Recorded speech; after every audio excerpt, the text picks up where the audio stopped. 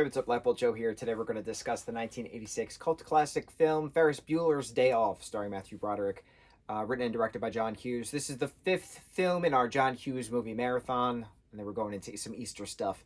So to end it off, Matt Broderick playing Ferris Bueller is just such an iconic character. The shower scene of him putting his hair in a mohawk with the soap has been in plenty of film references since then.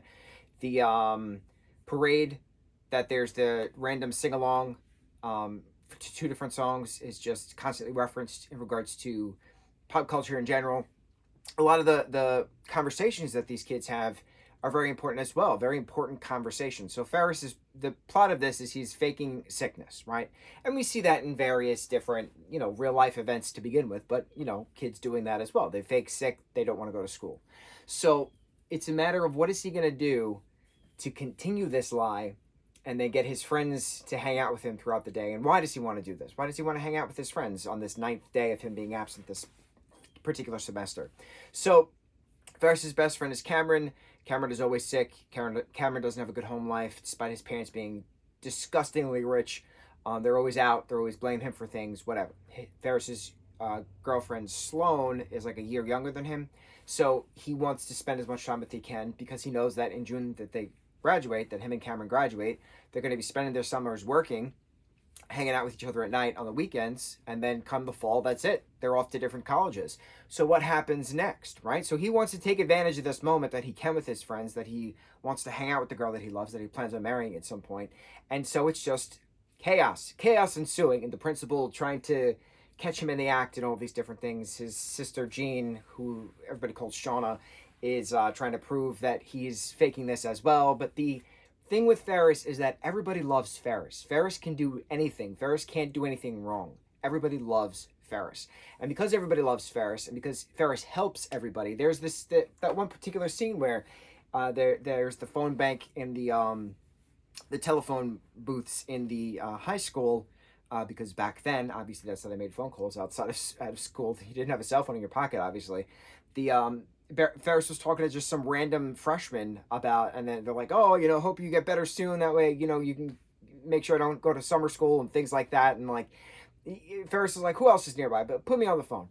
And the kid just grabs this random girl, throws her the phone and says, hey, it's Ferris Bueller. And she's like, oh, I heard you were sick. I hope you feel better. Just like everybody knows Ferris. Everybody in the town knows Ferris. Everybody wishes him well. There's constant flower deliveries to his house. There's a whole Save Ferris painted on the water tower. It's just hysterical and amazing, and a great question. What do you do with that much power? Well, you take a day off and you do whatever you want. I love, my favorite scene in this, of course, is the parade scene. So it goes parade scene, then it goes to the museum scene. Love the museum with the three of them, Cameron, Ferris, and Sloane, are just standing and posing in front of the different art pieces, but not causing destruction. They're just standing and looking at the art, as you're supposed to do with art. See how it makes you feel. One picture might make you feel one way, and the same picture might make somebody else feel a different way. It's how you interpret it, and it's wonderful. So I love that scene, and I love the Cameron faking that he's drowning scene in the pool, because Ferris genuinely believes his friend is dying, grabs him out of the pool after jumping in the hot tub, and then they all have that moment in the garage before Cameron starts destroying his dad's Ferrari, that he's so tired of being afraid. He's tired of being scared.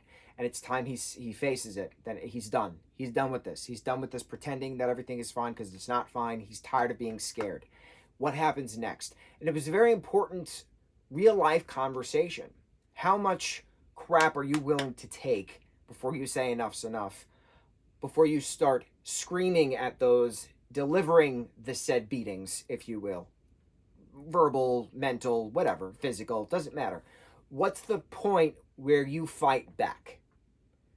And that was a beautiful moment of Cameron destroying the car, inadvertently kicking it off the dolly to then backtrack and go through the window, and careen down into the ditch below. Hysterical. But it was a great representation of, that's it, I'm done being scared. And then Ferris is like, no, I'll take the heat. Your dad hates me already. And Cameron's like, no, I'm going to face this. It's time. It's time I face this. It was a tipping point, and it's cool seeing that anything can happen in a day. I've been saying this about these John Hughes films, and that's why I love these John Hughes films, is that majority of them take place within a day. or within a 24-hour time period, the day and the morning after kind of a thing. It's just such a wonderful trope that I absolutely love. It's one of my all-time favorite tropes with regards to storytelling, whether it's a book, whether it's a show, whether it's a play, whether it's a musical, whether it's a film. I think I covered all 5. Anything can happen in a day. You woke up today and something, you think you might be doing one thing, but something might pop up and you might be doing something else. Anything can happen in a day.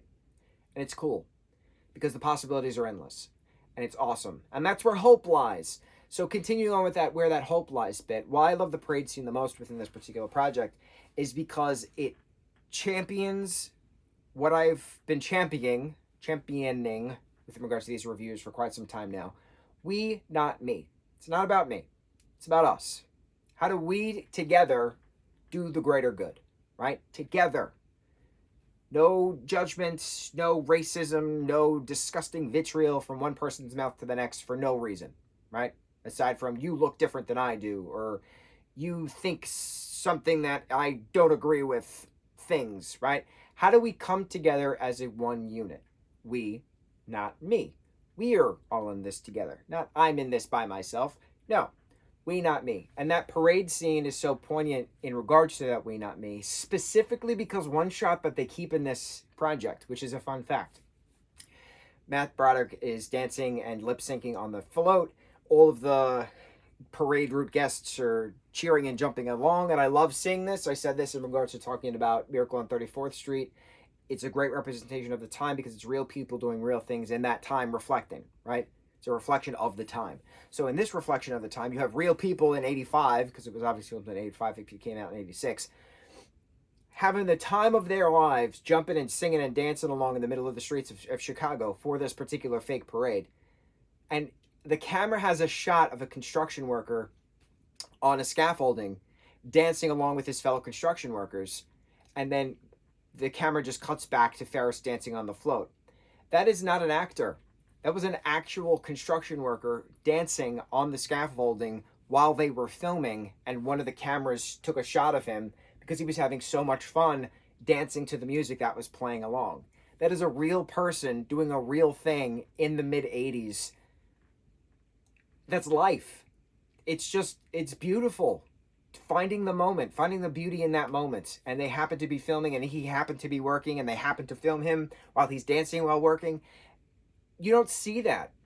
Or if you do see that, it doesn't make a final cut. And for that 1-2 seconds of that construction worker dancing on scaffolding in the middle of Chicago in the middle of the 1980s while this film is being shot, it's just so cool.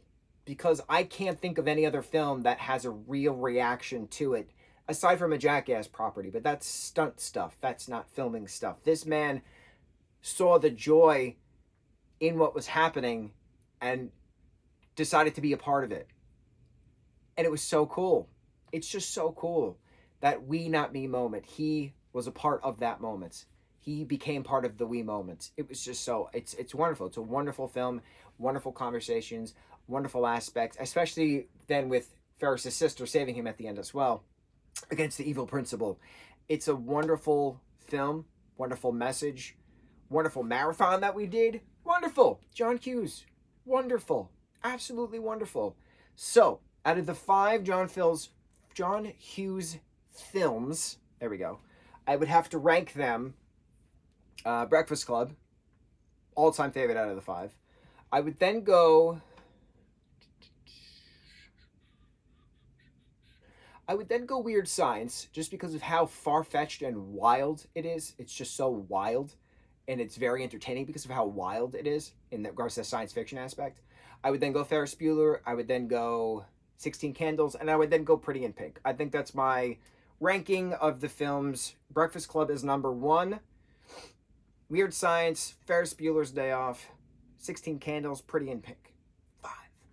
Thus concludes our John Hughes marathon. On to our Easter marathon. On to the next review. Mucho mahalo.